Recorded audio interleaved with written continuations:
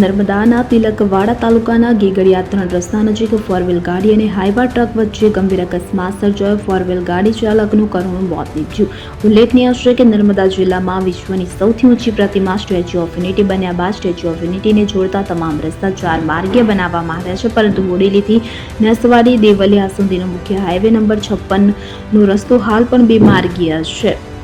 આ રસ્તા પર રાત દિવસ ટ્રાફિક ધમધમતો હોય છે. ખાસ કરીને બોડેલી તરફથી રેતી ભરીને આવતા મોટા વાહનો અહીંયા દોડતા હોય છે, કે જેને કારણે અવારનવાર આ રસ્તા પર અકસ્માત સર્જાય છે. આવી જ અકસ્માતની ઘટના ફરી એકવાર બનવા પામી છે. ઘટનામાં એક હાઈવા ડમ્પર અને ફોરવ્હીલ ગાડી વચ્ચે ગંભીર અકસ્માત સર્જાયો છે, કે જેમાં ફોરવ્હીલ ગાડી ચાલકનું કરુણ મોત થયું છે. અને આ ઘટનાની વિગતે વાત કરીએ તો કંવાડ તાલુકાના કરજવાડ ગામના વતની 45 વર્ષીય મનહરભાઈ સોમાભાઈ પરમાર, કે જેઓ ગત રોજ મોડી રાત્રે પોતાની ફોરવ્હીલ ગાડી નંબર નીચે મુજબ કે જે લઈને જઈ રહ્યા હતા, રાજપીપળા તરફથી આવતો દેવલિયા ક્રોસ કરીને નસવાડી તરફ જવા નીકળેલ, ત્યારે ગીગડિયા 3 રસ્તા પાસે આવતા એક હાઈવા ચાલક પોતાના કબજાની હાઈવા ગાડી લઈને લોડિંગ ટ્રક પૂરપાટ ઝડપે હંકારી લાવી ફોરવ્હીલ ગાડીની સામેથી ટક્કર મારી પોતાની ગાડી ઘટના સ્થળ પર મૂકી ભાગી નીકળ્યું હોવાનું જાણવા મળેલ છે. ઘટનાની જાણ થતાં જ લોકોના ટોળા સ્થળ પર ઉમટી પડ્યા હતા.